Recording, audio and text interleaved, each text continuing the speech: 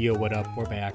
And if Naruto gets you in a fighting mood, then go ahead and punch that subscribe button down below. So following the last phase of the Chunin exam, there's 9 candidates left. And they're all given a month to train.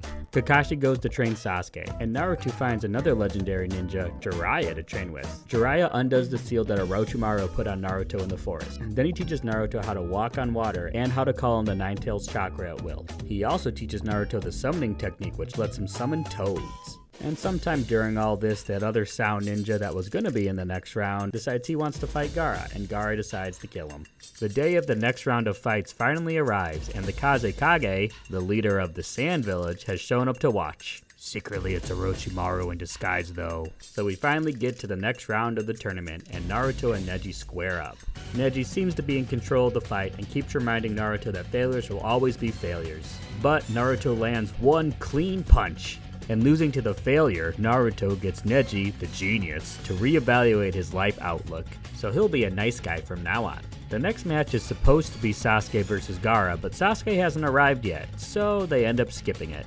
Shino and Kankuro are supposed to fight next, but not wanting to reveal his technique too much before the mission to destroy Konoha begins, Kankuro forfeits. And then we go on to the next match, which is now Temari vs Shikamaru. During the match, Shikamaru's squad leader Asuma absolutely gushes about how smart Shikamaru is, but was just too lazy to prove it on the test they had them take in ninja school. Shikamaru uses all kinds of clever techniques to eventually trap Temari in his jutsu, and right when it looks like he's about to win the match, he forfeits, claiming to be out of chakra. But really it's because he's lazy and doesn't want to fight in any more matches. Sasuke finally shows up and he and Gaara proceed to get down to it. Sasuke shows off that he's a lot faster now and that Kakashi taught him the Chidori. He wounds Gaara with it, but before the match can finish, a smoke bomb goes off in the Hokage's box. Orochimaru drags the third Hokage up to the roof and reveals himself. 4 sound ninja make a barrier around Orochimaru and the third Hokage, who proceed to fight. Kabuto puts the rest of the stadium to sleep, and the hiding sound and sand ninja proceed to attack the village.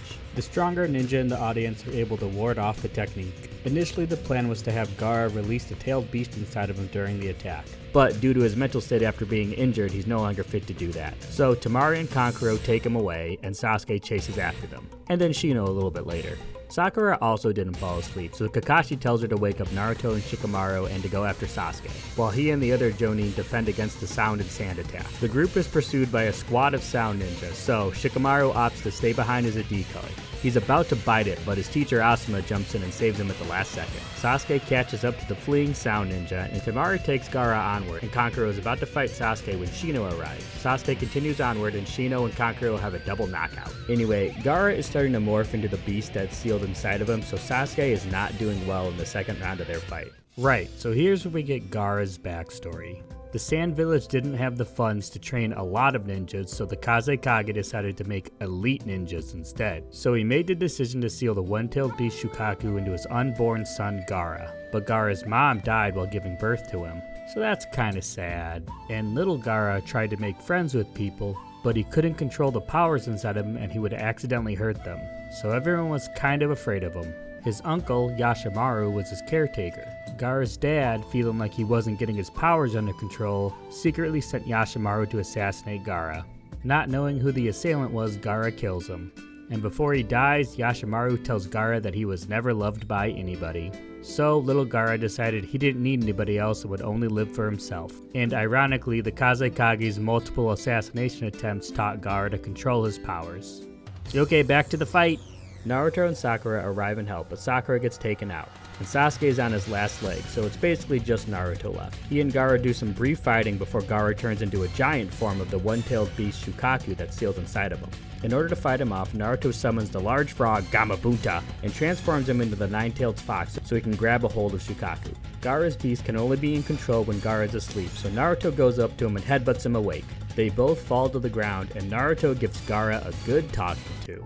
They both lived isolated childhoods because of the beast inside of them, and their villages kinda hated him for it, which is pretty rude. But while Gaara gave up on other people, Naruto continued to try to win the acknowledgement of others and eventually made real bonds. Gaara takes his defeat as proof that his outlook on life was wrong and that he should try to emulate Naruto more. So he stops being a scary menace and opts to improve the relationships with the people around him. Back at the stadium, Orochimaru reanimates the corpses of the first and second Hokage and uses them to fight.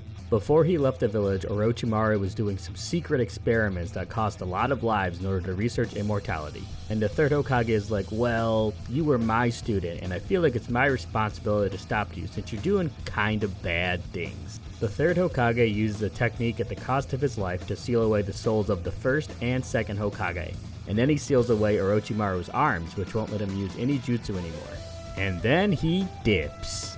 The attacking party flees and the mission to destroy Konoha was a failure, but the third Hokage did die, so the village mourns him and everyone else that died in the attack. Okay, yeah, but stay tuned for the next part. Bye!